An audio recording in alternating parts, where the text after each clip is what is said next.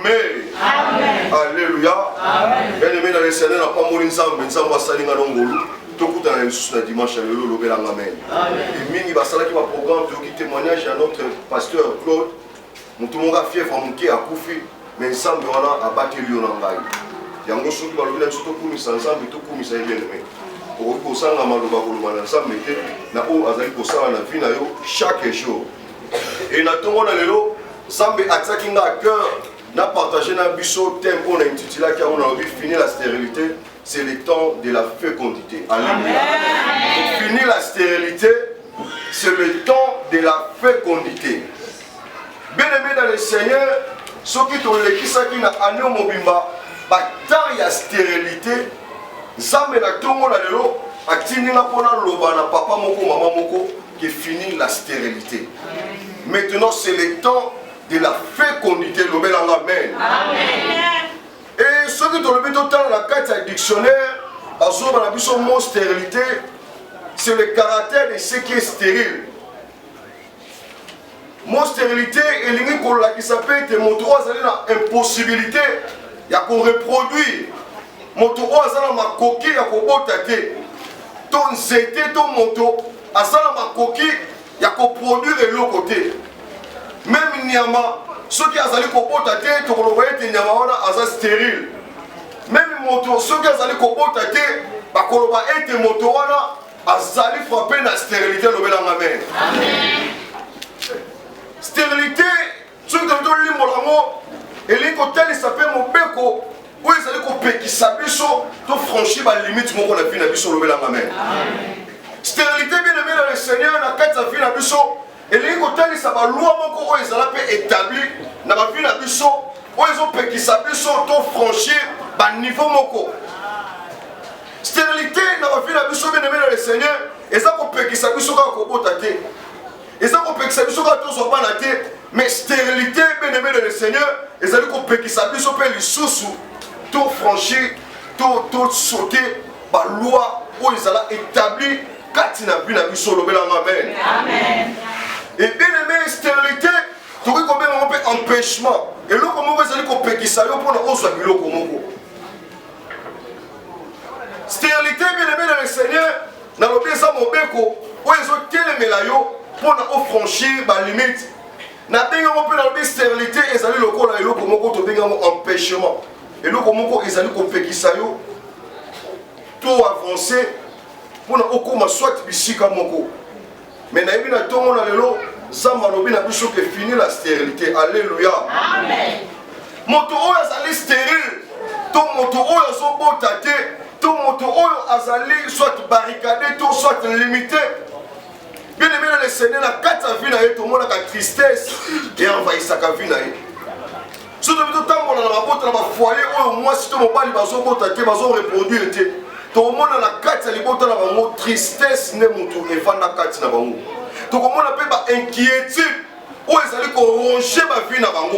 Tout le monde a une carte, parce qu'on peut même mal vu, soit dans les bottes à moi, soit dans les bottes à mon bal, il y a un ce que moi, ça a botte, ce que moi, ça a reproduit, bien aimé dans le Seigneur, tout le monde a famille, mon bal, et comment malmené, moi, je suis dans la carte. Alléluia. Amen. Comment on est singli dans le vie na bango et qu'on soit rempli de ma blessure intérieure. Malgré tout mon sous, par contre ma blessure mon sous boité, mais intérieurement tellement qui va se reproduire, tellement que vie na bango ils ont la changer, par contre ça ma blessure autobinga ma blessure intérieure. Alléluia. Amen. Et na tout monde là Zamba lobi na ngaete que finit la stérilité dans la vie, finit la stérilité dans ta vie et c'est le temps maintenant de la fécondité. Alléluia. Amen. Stérilité, vous allez qu'on la carte, c'est là où ici, bien aimé le Seigneur, et vous allez la stérilité de notre qu'on va essayer de tâter. Car si la vie courante, tu aurais pu la stérilité financière. Et ça, là, tu as sous. Pasteur Claude, pour le si ma attaque 10 000 francs, oh, moi, oh, ici, à tirer aussi madame, on 10 000 francs. Et ça, tu as sous. Bah, yo quand tu as mon accord $100 dans ma boca battu sous.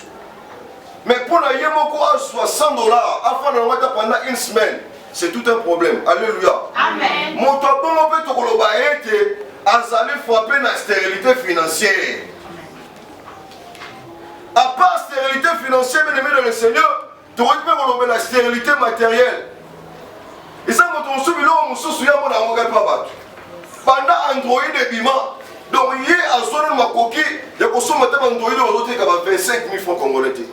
Donc hier, à ça, il y a un téléphone et la main à verre. Alléluia. Amen. Alléluia. Amen. Il y a un sous biloko mosusu bamona yango kaka epa bato mais bango baza na bacapacité te baza na bapossibilité te mpo na bayeba kozwa to koacquérir babiloko wana ekoma mpe ya bango. Alléluia.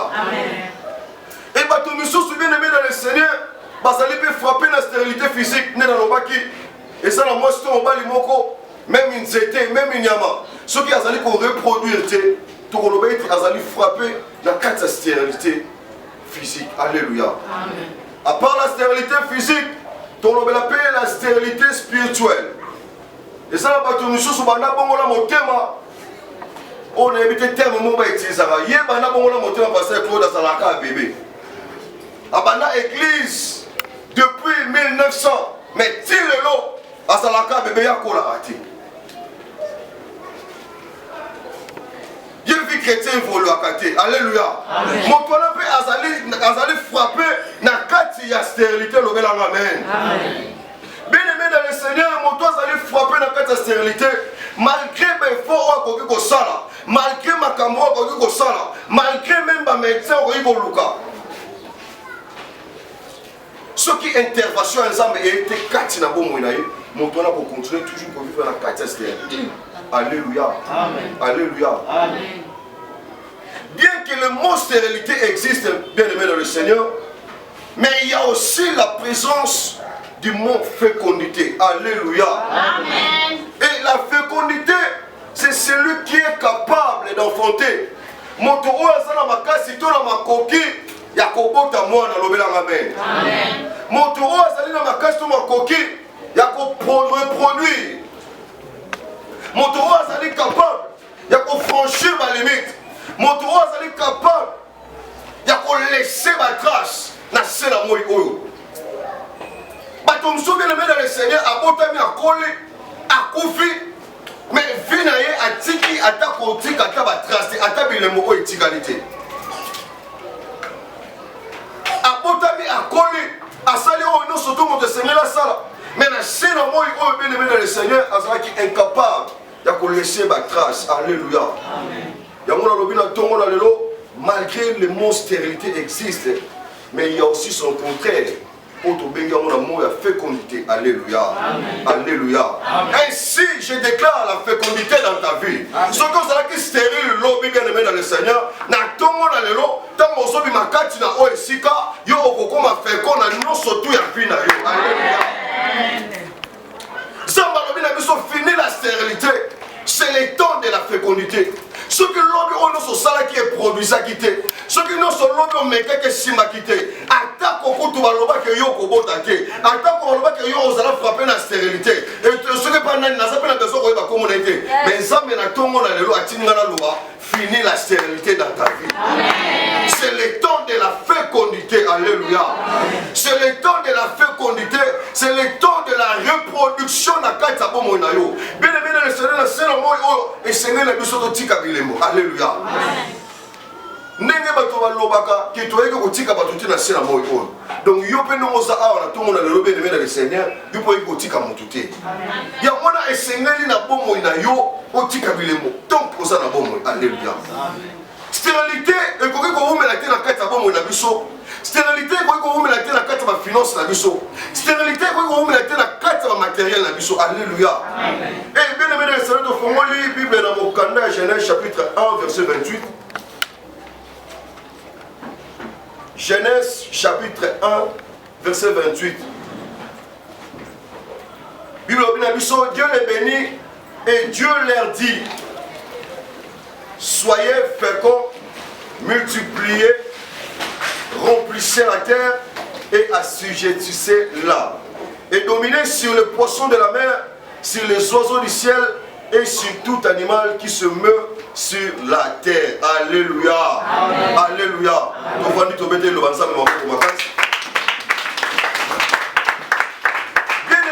Seigneur, l'importance est ça problème aux alangotés. L'importance est ça stérilité aux a frappé dans côté. Mais l'importance est ça les cases de départ. Zambe na bomo aloba nini ne bandeli. Alléluia. Case de départ est ça nini. Zambe aloba nini ne bandeli. Zambe alobi que Dieu le bénit et Dieu leur dit soyez féconds. Bien aimé dans le Seigneur, moto moko te abangisa yo, moto moko te akosa yo. Oyo bato baloba et on est bato. Mais biso to zozo ngaka na case de départ. Ya mona so ba l'importance et ça ba situation ozo le kisate, et ça stérilité ozo na moté, et ça maladie ozo na moté, et ça ba barrière o telemeni vina oté. Mais l'importance c'est la case du départ. Nini on zambe aloba na départ ya vina yo. Zambe aloba que nzamba olo na biso, zamba pambola ki bango, pe nzambe aloba ki te baza la fécond. Aloba ki na banane. Alobaki na Adam et Ève. Na case de départ, Dieu nous a bénis. Et Nzambe alobaki na biso de tous à la fécond. Tout ni samokilo. Bien aimé dans le Seigneur, malgré loi ou était le makapo na bomo na yo. Malgré loi ou était le mission na libota na bino. Que baloba ke bino boko bota te, que baloba ke bino boko avancer te, que baloba ke bino boko sala te, que bino boko bima mboka o te. Tika na biso na tongo na lelo. Wana bango mutu baloba, mais ça ma kutima aloba maloba wana te. Ça ma kutima aloba makambo wana te. Ça ma kutima aloba ete zala fécond. Ça ma kutima apambola yo. Alléluia. Ya mona stérilité et ko iko directe, to ko iko sala éternellement te kati na vie na yo lobela amen. Importance de cette situation, c'est dans le loté. Importance de cette difficulté, c'est dans le loté. Importance exacte, makamoto ba problème au les qui s'en attendent. Non. L'importance est ça va promesse en Zambé kati na bomo na yo. Nini on samba loba na fina yo. Nini on samba loba na yo. La case du départ en Zamba loba ni. Bien aimé dans le Seigneur, malgré le losomon makambo so tambolate. Malgré le losomon makambo netité, mais tikana yebisayo o Adana Ève et Sengeli va se multiplier. Et Sengeli va ça la auto bengi la reproduction. Alléluia. Et Sengeli te merci manabango ba kitani pe bazala. Sinon ce qui Adana Ève va kufa ki sens ya ko sala monte pas nzambe lingaki ko salate. Alléluia.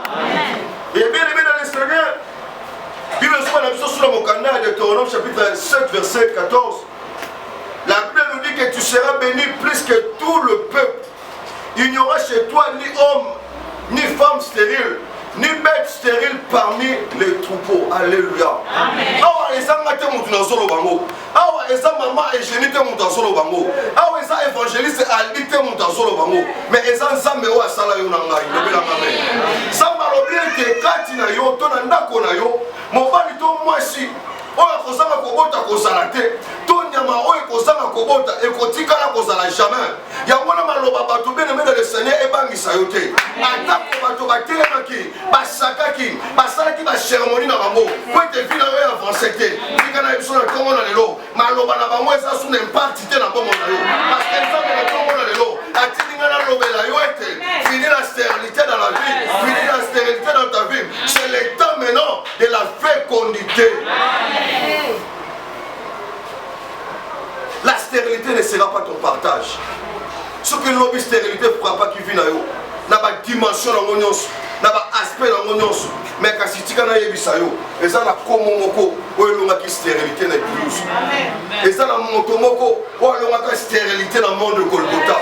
Et ça la motomoko, ou a coupé la caillou, afin que stérilité, ou où met les perdurer quand tu n'as pas mon ayo, et ça la chassé dans ton monde. Il y a mon solo avec foi, ne moya que ça n'est pas kobimate, ne moya que ça n'est pas kobimate, ne moya que ça n'est pas kobimate. La stérilité financière, dans son père sanitaire, dans le tombeau, la stérilité financière, les autres qui vivent là.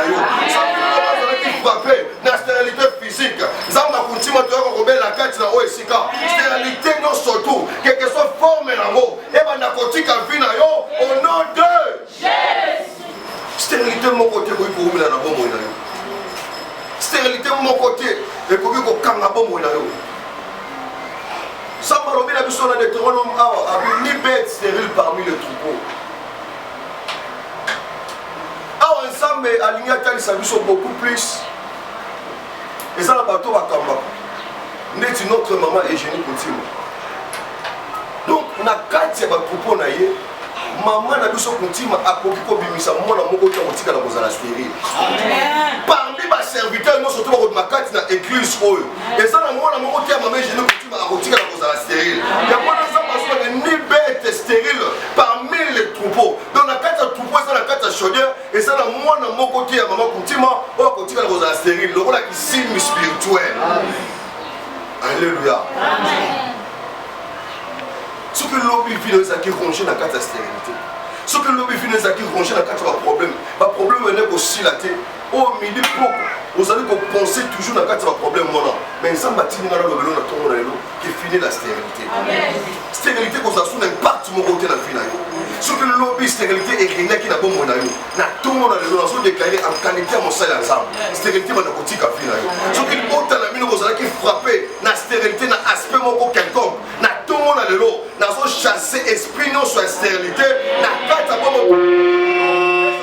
Au nom puissant de Jésus. Amen. Ça m'a dit. Moi, si tout mon bal, où est-ce que ça va et pourquoi la vie n'a pas vivre la stérilité dans la dimension ébélée. Au moment où ma camozo si maté, ma profession fond de commerce, au bani commerce dans la forme de ma casse, mais 1 mois, 2 mois après, au surtout kaka, dans mon moment bandaki nango. Nous surtout et si au tekina biloko. Alléluia. Amen. Okoki kopanda mongo malamu. Okoki kopanda commerce malamu. Ba peso forme ko malamu. Mais tombo ko peso kaka temps. Si manata moko 1 mois 2 mois. Atalaka boye. Okoyi na yo osoki par terre. Alléluia. Amen. Bien-aimé dans le Seigneur, makambo o esengele tika ba vie na biso. Tala to banaki année 2020. Tala ba événement où il est qui n'a 4 années 2020. Année où notre Dieu a dédié à Kamo, alors qu'il y a des années à changement. Et Seigneur, bien aimé dans le Seigneur, année où avant ici là, ma vie n'a douce, ça va changer. Ma vie n'a douce, ça va transformer. N'est-ce pas qui année où il faut aussi la douce au bon côté. Il y a beaucoup de chicanes surtout stérilité, fanda qui gâte la vie la douce. Na tout le monde a l'autre au bel dans sa boutique. La stérilité nous surtout. Que son aspect forme de ma casse éthique à ma vie la biso. Donc ça a besoin tout le monde a clair. Donc ça a besoin 2023 avec si là. Tout le monde a clair dans ma vie la biso. Fini la stérilité. Fini la stérilité. La stérilité ne générera jamais. Bien-aimé dans le Seigneur. Tout ce quelqu'un a aimé, il y a quelque chose. Maintenant qu'on a l'examen. Banda ko sala bilan ya vie na yo tala ko banda ki wapo banda ki ndengeni okomi ndengeni tala bilan ya vie na obénémé dans le Seigneur ce qui vie na yo zo changer ce qui m'a camorisé quoi avancer c'est qu'il y a quelque chose qui ne va pas c'est qu'il y a quelque chose où ils ont ça que vie na yo est amorate où ils ont ça que ma camona yo et produit un résultat beaucoup positif bien-aimé. Ce que sa stérilité, dans tout le monde a l'eau, stérilité on a une et bien aimé le Seigneur, ce qu'il faut faire et avoir pour attirer la fécondité dans notre vie. Et l'autre point, Seigneur, la mission de Salango, Toto Sala, et Seigneur de tous à la condiment et pas ensemble. Alléluia. Bible la mission de Mokanda, Hébreu chapitre 11, verset 11. Que c'est par la foi que Sarah elle-même, malgré son âge avancé, fut rendue capable d'avoir une postérité parce qu'elle crut à la fidélité de celui qui avait fait la promesse. Bien-aimé dans le Seigneur, et l'autre au bichon, et Seigneur tout ça avant année au ici là. Et l'autre au bichon, Seigneur tout ça là, dans la vie de bichon et Seigneur de tout ça là, qu'on n'y met pas ensemble ou après ce qui est là. Et ça là, comme je suis bien-aimé dans le Seigneur, ça me a laki à vous ça là, ma camoufle na vie, tellement que ça me a promis que ma camoufle quoi minene, y est mon poisson mon nègre manate, et puis à ça là qu'on y m'a quatre ma camoufle ça m'a précisé.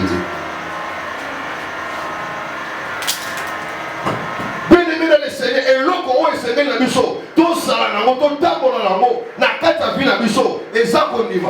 Un chrétien doit avoir la foi malgré ma situation, malgré ma problème, malgré que ma camozo ça na aussi maté, mais yo ça la na kata konima parce que mon tour a pesa qui est là à sa fidèle. Mon tour a loba na loba wana à sa fidèle. Et ma loba nzambe e ko ko so na bon côté, sauf que ça là va effet na mo kati na bongo te. Nzambe eloko oyo asalaka te, ye akosaka te. Lokola Nzambe akosaka te. Lokola Nzambe akutima akosaka te. Oyo nyonso loba na vie na yo, eza oui pe amen. Nzambe soko promettre eloko. Bien-aimé dans le Seigneur, tika na yebisa yo. Nzambe promettre eloko wana pona asala ngo te. Mais Nzambe déjà asala eloko wana depuis l'éternité. Yo vanaka tranquille. Vanaka kimé na poste na yo. Yika piko kaka na mabonde lui. Nzambe alobaki na vie na yo. Nzambe prometaki na bomoi na yo. Ekokokisama. Parce que maintenant, ce n'est plus le temps de la stérilité, mais c'est le temps de la fécondité. Et c'est une notion à vie na yo. Et ça la fécond. Et c'est une bana na yo. Pas à la fécond. Et c'est une mosala na yo. Et ça la fécond. Et c'est une ministère na yo. Et ça la fécond. Ah, ceux qui n'ont pas la place na yo. D'aller la pousser. Amen.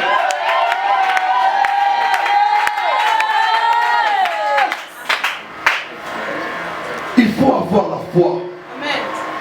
Bible dit Sarah, malgré son âge avancé, malgré qu'il y a comme qui 3 fois ménopause, mais elle a cru aux promesses de Dieu dans sa vie. Et Zambé wana lokola aza fidèle, Zamba lobité, malobananga ebouiko de kaboité. Et Dieu fait toutes bonnes choses à son temps. Zamba c'est là qui est tant opportun. Tant où est bon, il s'est dit pour la Sarah à comme enceinte. Tant où est bon, il s'est dit pour la Sarah a beau Isaac trouver la main. Et ça me wana la caillou, tika ako qui s'annonce sur la cana bon ina yo. Et dimanche à l'élo, tika bilaka Zambé, et bana koko qui s'amana bon ina yo. Tika bilaka Zambé à Koutima, et bana koko qui s'amana fina yo. Oh, nous son Zamba déclaré qu'il tout au long année 2020 oyo. Ah, nous avons déclaré dans 11e oyo. Tika Zamba Koutima bana koko qui s'amana. Tika Zamba Koutima bana koko qui s'amana. Tika Zamba Koutima bana koko qui s'amana. Car année na soloba, et bana koko qui s'amana fina yo.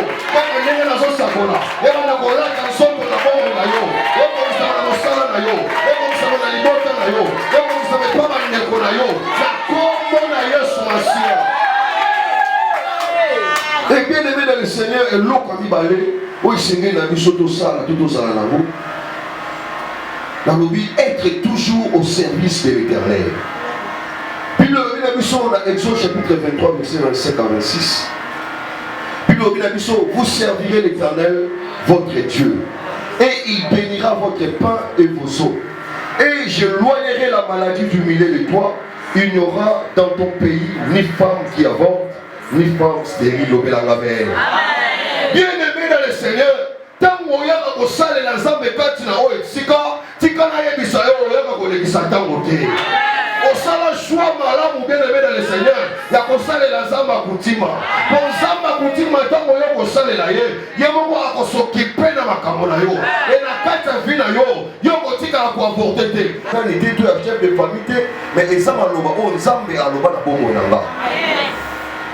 Parce que c'est la voix de l'Éternel qui fait enfanter les biches. Et c'est bien la mission à tout moment. Tous à la écoute, plutôt respectable. On s'en met à l'objet de la mission. Alléluia. Celui dont l'ennemi t'a enfanté, celui dont l'ennemi fécondité, et ça va sur impact mon côté. Dans la fin de la mission, bien aimé dans le Seigneur. Et c'est bien la mission, tous à la toujours à l'écoute. Il y a mon moment à alléluia. Et bien aimé dans le Seigneur, malgré que tu aimes la mission, tous à la mission, comment aimer la mission au Sala, tous à la mission. Mais ils zappent dans la biloko où ils s'aiment la mission doit éviter. Alléluia. Pour nous tous à la frapper la fécondité et la stérilité de bien dans le Seigneur. Et c'est la mission doit éviter la biloko comme si nous avons la mission le bien amen. Bible forme la mission dans mon canal de Genèse chapitre 20 verset 18. La Bible nous dit car l'Éternel avait frappé de stérilité toute la maison d'Abimelech à cause de Sarah, femme d'Abraham, alléluia. Et premier point, on a évité de toucher aux serviteurs de Dieu, à leur bien, aussi à leur famille. Bien aimé dans le Seigneur, yo soki vina yo, on me sait que ça va kotumba laka, tout comme il a sa kabasa ya Nzambe, et ça le problème où ce qu'on comme la vie yo mo on a koloba yonga na sala kini na libota la biso baloka binote. Mais tala kaka itambola yo. Yo sala ka soko vaneli kongo basala Nzambe. Donc on l'exa même journée mobimba. Bando bane ko finga basala Nzambe. Ah Nzambe azotali sa biso Abimelech. Yenamoka na yemobimba. Bazala qui frappé la stérilité à cause de Sarah. Abima écoute na yété. Talamaka. Et bon, on se rend les sons de la maman de la néni. La salle comme analyse. À cause de Sarah, à cause de Melek, il y a touché qui dans la Sarah. Puis il y a des choses ensemble et à papa qui va avoir la stérilité. Combien de nos filles n'ont pas temps volatilité? Parmi ma cause dans mon pété, il y a aussi ma salle ensemble. À part aussi ma salle ensemble, il y a aussi ma voix même du lot comme ma salle ensemble. À part aussi ma biloko ma salle ensemble, il y a aussi ma même na ba foyer na ba bo amen. Dans la vie au malin, vie dans son marché té. Peut-être que mon c'est la bande, mais il y a mon nom qui a vu là.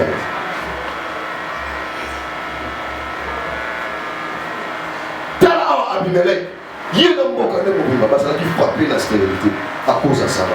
Bien aimé dans le Seigneur, ceux qui t'ont mis ça là dans la vie la mission, pour s'accaler la salle ensemble. Pour finir à tout moment, pour critiquer même à d'autres à bango, pour toucher même aux amis locaux à bango. Ceux qui sont là qui n'ont pas de loi, si on a comme un terre dans tout le monde à l'élo, et c'est même si on a un comportement. Pour qu'on s'en frappe, dans le lot comme on s'en on peut battre et on tu vois, puis le bel homme avec. Parce que tout ça a besoin de faire la mission, ça a changé. Tout ça a besoin de 2026, la mission pour être le bel homme avec. Et c'est la mission dont on a un comportement. Pas comportement, on tourne à la salle ensemble. On va nous sommes à l'aise. On va critiquer nos ensemble. On sommes très à l'aise. Petit aussi ma salle ensemble. Alléluia. Et bien aimé dans le Seigneur, et nous recevons le Seigneur dans ça là. Et c'est même la mission de surtout éviter d'être méchant aux yeux de Dieu. Alléluia. Puisque si nous sommes méchants, celui de notre temps, on a bien été libérés ensemble. Et ensemble, on a frappé le mission. Pas seulement la stérilité. Mais ça me donne à vous frapper M. Pénakoufa. Alléluia. Ça me donne à vous permettre de on soit ta postérité, mon quelqu'un. Bible a vu ça dans Genèse chapitre 38, verset 6 à 7. Tout le monde a vu ça que Judas prit pour elle son premier-né, une femme nommée Tamar. Et le premier-né de Judas était méchant aux yeux de l'Éternel. Et l'Éternel le fit mourir. Alléluia. Celui qui a eu le solo, il a dit Tamar, il a dit après ça, mon ami Balé, Judas, mais Tamar a mené au concevoir. Et là, on peut être ensemble, à l'ingénieur Tamar, à Pota, na wazaka mwana liboso ya Judas, peut-être pas à cause de la méchanceté naïe, wazaka qui l'ont liboso ensemble. Bien aimé dans le Seigneur, tant que vous allez dans la vie de la mission de Christ, et Seigneur nous donne le comportement de la mission. Et c'est nous toujours tambola n'engeni. Nous avons raté à cause de ma somme. Nous avons raté à cause de l'étambo de l'île à alléluia. Mais bien aimé dans le Seigneur, malgré cela, les bons de l'île à tout le monde à l'élo, ils ont été ensemble à se souvenir de yo, l'olenge à se souvenir qui la Sarah. Samba continue à se souvenir de yo, l'olenge à se souvenir qui na Elisabeth. Samba continue à canaliser dans tout le monde à l'élo. Parmi Bachi, on va s'arrêter stérile. Parmi Bachi, on va dire qu'on va t'attaquer. Mais la Bible nous dit, un jour, Zambé a se souvenir qui la bango. Zambé a se souvenir qui la Rebecca. Si quand Zambé a tout le monde à l'élo, à canaliser la paix. Zambé a se souvenir qui la Rachel. Si quand Zambé a canaliser la paix, tout le monde à l'élo. Parce que fini la stérilité. Dans tout le monde à l'élo, donc on le met sous stérilité de la vie de la mission. Donc on le met sous stérilité de la fin de la mission. Donc on le met sous stérilité de la mission. Parce que c'est le temps de la fécondité. Et comme il temps de la reproduction. Et comme il temps autant on va faire on comme la souka. Va faire on a emata. Et comme il temps autant on a suivi semi. Na kuma semi on a si ma 9 mois na bota pela mona mwana. Ah, celui qui est venu au combat, c'est mon ami au combat, 2 mois, 3 mois. Ça va vous dire, ça n'a grâce à toi. Aussi, ma zème est atteinte 9 mois. Aussi, ma zème est au bout de moi. Parce que Zamba lobby n'a qu'à te moquer à yo, et vous allez moi si on a qu'on se passe zémité. Mon bal peut moi si on a qu'on s'en a qu'on botte à cause à la tête. On les a bichés de bateau, mais ça nous a mis à Salamba. Et ça nous a mis à Salalola. Et ça nous a mis à l'existence des choses qui n'existent pas. Dans tout le monde a les rôles, ça va finir la stérilité. Finis la stérilité dans ta vie. Finis la stérilité dans ta vie. Finis la stérilité dans ta vie. Finis la stérilité dans ta vie. Finis la stérilité dans ta vie. Alors finis la stérilité dans ta vie. C'est le temps de la fécondité. Et comme il t'a moyen de combinisa. Et comme il t'a moyen de produire. Et comme il t'a moyen de ça la estima. Na comme on a yo. Ce que c'est là qui est ma loi. Ouais, mais d'accord, telle est la vie là yo. Pour avoir avancé, na tout le monde a la loi en les okoya. Ce que c'est là qui est ma loi. Ouais, mais d'accord, pétissa yo. Yo au côté dans mon salade. Les lois na tombe oyo. La loi on a les okoya. Parce que stérilité, ils ont sous l'impact mon côté la vie là yo. Ça me va passer la car, azali fidèle. Ça me va passer que la car, azali fidèle. Ça me va mettre les coutumes, azali fidèle. Ça me va décevoir yoté. Ça me va décevoir yoté. Ça me va décevoir qui apprend té. Na tongo na lelo, ça me va décevoir yoté. Ça ka biso biloko ko sala té. Mais nzambe ala ka biso biloko ko sala déjà. Ce qui nzambe aloba ke ti apeso libala. Et ça te que nzambe akobana ko sala libala. Non, nzambe asala ki déjà libala wa ko misa depuis l'éternité. Donc etika ka tango na go e ko ka pona yo ko tala ka ndaka libala. Zambe soka la kio mosala et ni ko bateke nzambe ngamba na ko créer mosala non zambe asala déjà mosala moko na vie na yo pourtant mutana moko kokoka yo okota osimba mosala ya vie na yo ya tongo na lelo na banele lisusu na déclarer en qualité mosala nzambe que finir la stérilité dans ta vie finir la stérilité dans ta vie finir la stérilité dans ta famille makambo oyo banda kolelisa bomo na yo makambo oyo banda kolelisa libota na yo na tongo na lelo tolobi suka na yango ba problème oh ne komona ete ezangi solution na tongo na lelo tolobi suka nango makambo oyo banda kosangisa yo pongi na tongo na lelo tolobi suka nango parce que nzambe akutima aza na biso présent en ce lieu. Amen. Fini la stérilité. C'est le temps de la fécondité. Ce qui l'ont vu de Kalamaki, na tongo na lelo na mona ndenge fini zo pour amen. Que ne moya qui est un némo pour son matin. Parce que ça va se faire que la voix de l'Éternel fait trembler les cèdres. Ceux qui m'ont dit ça, ils allaient connaître ça. Ils allaient connaître ça, cèdre des Liban. La cèdre des Liban, c'était mon ami Néné Makas, pour les Kakoutou na Barba. Mais mon moment on a ça, ils allaient connaître ça. Mon moment on a ça, ils allaient connaître ça, on peut se poser ça. Ah, Tika Batonio surtout. On va tellement dans le pays, le corps de la cèdre des Liban. Batonio sur la tellement, le corps de la Barba, la pomme on a yo. On va aller empêcher, ma camarade, et si ma pomme on a yo. La tombe on a le long, pas à la terrasse. La voix de l'Éternel fait trembler les cèdres. Son nez ne s'éteindra devant toi tant que tu vivras. Tant que tu es en vie, et l'eau comme mon côté, il faut résister l'émotionnel. Tant que tu as les promesses de Dieu dans ta vie, et l'eau comme mon côté, il faut que tu dises au père et l'eau. Parce que nous avons ça que nous avons sa fidèle. Et nous avons pour s'accater. Nous avons pour s'accater. La carte dictionnaire, le mot impossible n'existe pas. Il est le Dieu des possibilités illimitées. Problème de Vezani n'a tombé dans l'eau. Les Camerounais Vezani n'a tombé dans l'eau. Finalement, ils ont frappé dans la forme et la stérilité. Ni on a vu dans l'eau, ils ont tambolaté. Ni on a vu dans l'eau, ils ont reproduit, toujours produit. Ni on a vu dans l'eau, ils ont tali que non. Finalement, ça ne va pas. Puis nos vies doivent changer. Nos vies doivent changer. 2020 aussi la mission a été bien aimée dans le Seigneur. Attaque au 2020 bandaki mabé, mais puis souvent la chaudière 2020 aussi la beauté. Attaque au bateau que 2023 il est gagné ma corona, ma crise économique, ma camo par-ci par-là. Mais quand en 2023 tout le monde a des milliardaires, ma commune sur la milliard, beaucoup l'Amazon. A comme s'occuper multimilliardaires sur une année. Pourquoi pas Bissot? S'il y avait quelque chose, s'il y avait une maladie, s'il y avait une stérilité quelque part, même la vie spirituelle, la tombe on a le Seigneur le poids. La tombe on a le Seigneur ma camoufle ça a changé. Finalement, Bissot qu'on demeurer quand la stable poétique. Finalement, Bissot qu'on tire la statique poétique. Que ne pas y avoir Bissot dans l'année 2002. Si les notions sont pas et au changer, vous savez ne vous allez pas. T'es bien aimé, vous savez la montée. Et ça va nous sauter la colle à la tête. T'es bien aimé. Nous t'avons pas 2002, beaucoup de 2020. Au changer, t'es quand on a dit caillou. T'es bien aimé. N'a pas pour la montée. Oh. Donc quand on a 4 ans après, après ça va le faire au changer, t'es quand on a la salaire. Et t'es. Et c'est même à quand on change. pendant un mois, 2 mois, on changeait, madame, oui, c'est ça. Mais il y a des gens qui ont 2 ans, 3 ans. Donc, ils ont changé la terre, ils ont été des peines, ils ont soso, voilà.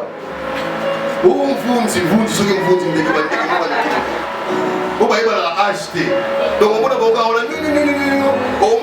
une année. Mais à son nom, on va le Seigneur. Et c'est qui sont interpellés. Fille le Seigneur de changer. La stérilité doit laisser la place à la fécondité.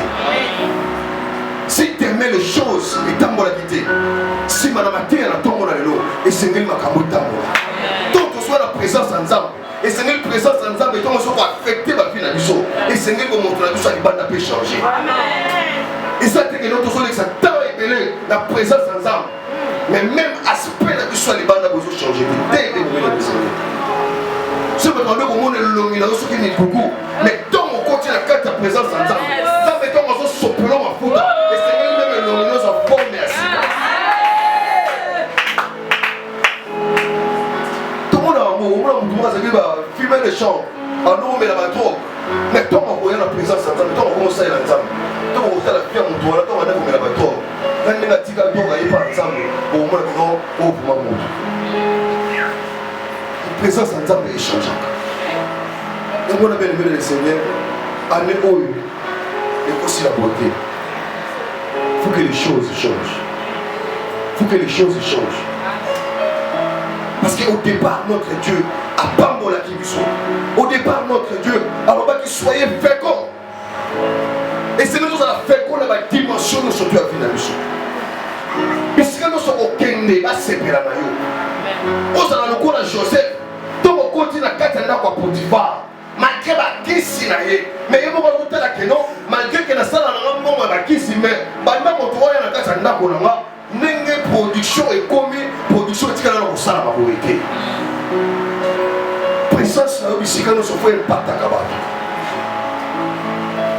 Et ça c'est que non au lieu d'en avoir tout aucune place moko papa comme on l'a non il faut que bandaya ao makambo tambo na kate bandaya ao amengela biso botutu bandaya ao nesikoloka to comprendre que tout ça na besoin simba te bien aimé le Seigneur sur un stade mais là ba tous kasi yo mona chaudière et ça na ici quand nous sommes on y attend la Bible même sur les copains ça la biso yo mona chaudière mona maman est gênée pour dire ici quand nous sommes on y attend et puis ça la oh nous sommes au ça et connaître les réussites oh nous sommes au ça et connaître les succès nous avons déclaré la fin de la stérilité dans ta vie nous avons déclaré la fin de la stérilité dans ta vie maintenant c'est le temps de la fécondité c'est pas boya qui ose à la fécond pendant ces 11 mois mais si madame a été à tout le monde dans son monde déjà comment vivre les autres fécond comment vivre les autres fécond comment reproductivité les autres ont salama na vie na yo na domaine nyonso na domaine nyonso.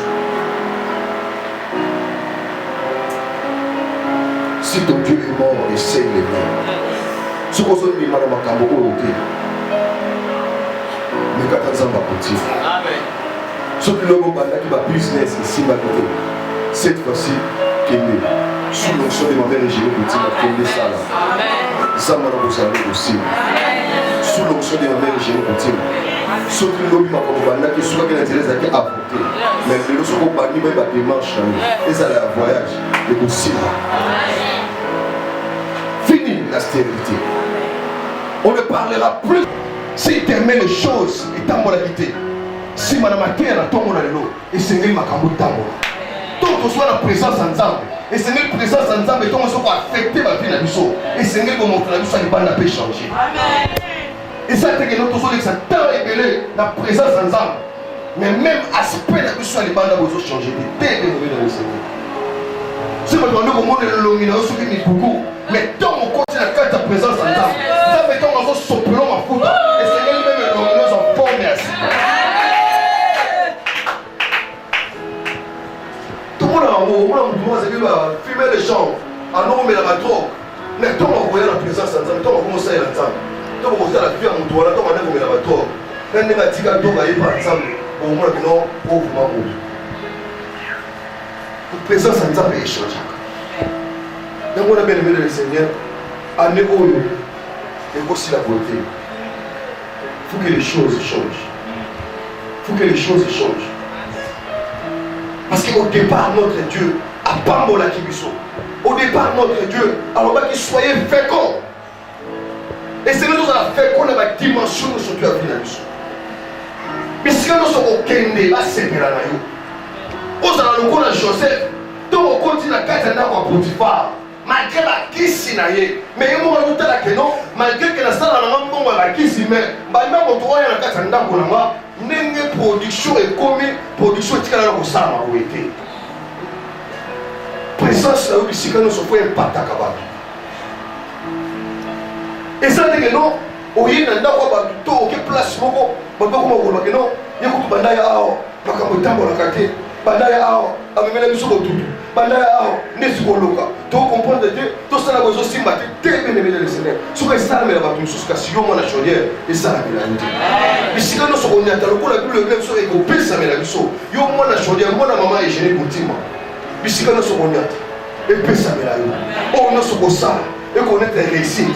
Oh nous sommes ça et connaître succès. Nous avons déclaré la fin de la stérilité dans ta vie. Nous avons déclaré la fin de la stérilité dans ta vie. Maintenant c'est le temps de la fécondité. Ce qui m'a donné qui ose à la fécond pendant ces 11 mois. Mais si madame a dit à tout le monde à l'eau, nous avons déjà comment vivre nos comment fécond. Nous avons comment vivre nos comment fécond.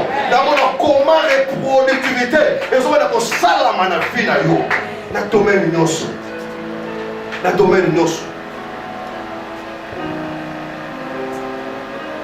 Si ton Dieu est mort, essaye le mien. Supposons que nous avons un tambour. Mais quand on s'en va continuer. Ce qui est le business ici, cette fois-ci, qui est sous l'onction de ma mère, j'ai continué ça. Ça m'a posé aussi. Sous l'onction de ma mère, j'ai continué. Ce qui est le que souvent que les gens ont avorté. Mais les gens sont pas même à dimanche. Ils allaient à voyage et aussi. Fini la stérilité. On ne parlera plus jamais de la stérilité dans ta vie. Plus jamais. Plus jamais. Plus jamais. Stérilité est frappée par ton sous. Mais elle est frappée aussi. Stérilité est frappée par ton sous. Passe est frappée par ton sous. Mais elle est frappée aussi. Ce que lobby, stérilité pour lui chaque jour. Ce que lobby, on s'en a qui balle à cause de la stérilité. Si quand ça va continuer à tomber dans l'eau, à ça la vie n'a pas fait quoi. Ce qui papa, ton maman, on qui frappe la stérilité. Mais Zambe ou à l'objet n'a pas tomber dans l'eau.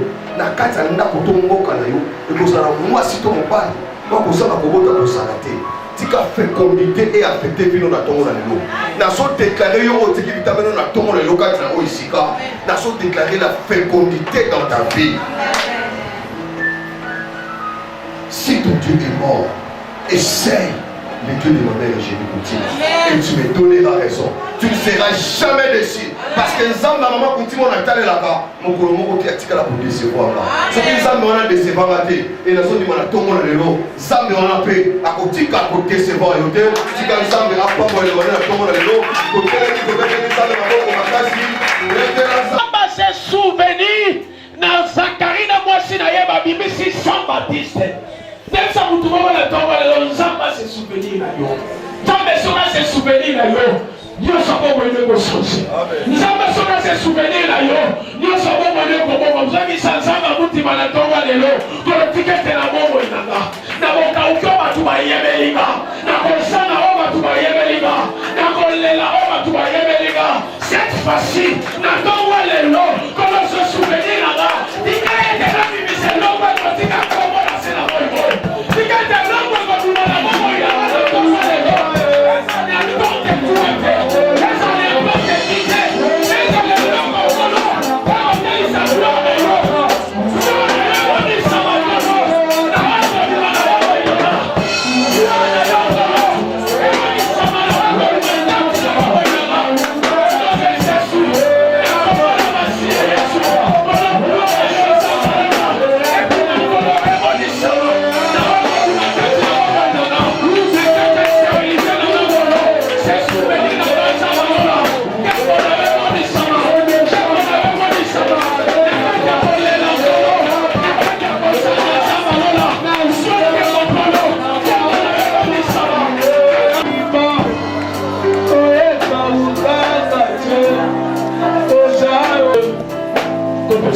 passe comme ça là. Seigneur, nous croyons en ta parole. La Bible dit tout ce que vous demandez la prière par la foi. Croyez que vous l'avez déjà reçu et vous l'avez s'accomplir. Donc, nous sommes dans ton monde, nous le sang de ton monde, tout ce que nous avons demandé, Seigneur Jésus, nous sommes donc, nous sommes tous sur la route de monde et notre police. Donc, nous sommes dans le monde et fini la stérilité. Nous sommes de la bonne moussali na yo. Zambo salaki kanan para kia na tongwa de loyo de kipomission de salaki. Et c'est que qui Israël est à la délivrée. Au salaki choix, kolon na bon moi parmi pana Israël. Au dimisa qui monse quoi ça qui libérateur ya peuple na yo. Zambe Israël lui-même na kasa bolumbu lolenge moko na tongwa de lo. Zambe olesi amina biso. Opesi bomotema na ye bomba ye na siangolu longisa ye lobeza losi kana na bénédiction non ka mpona chaudière mais mpona monde abi amen.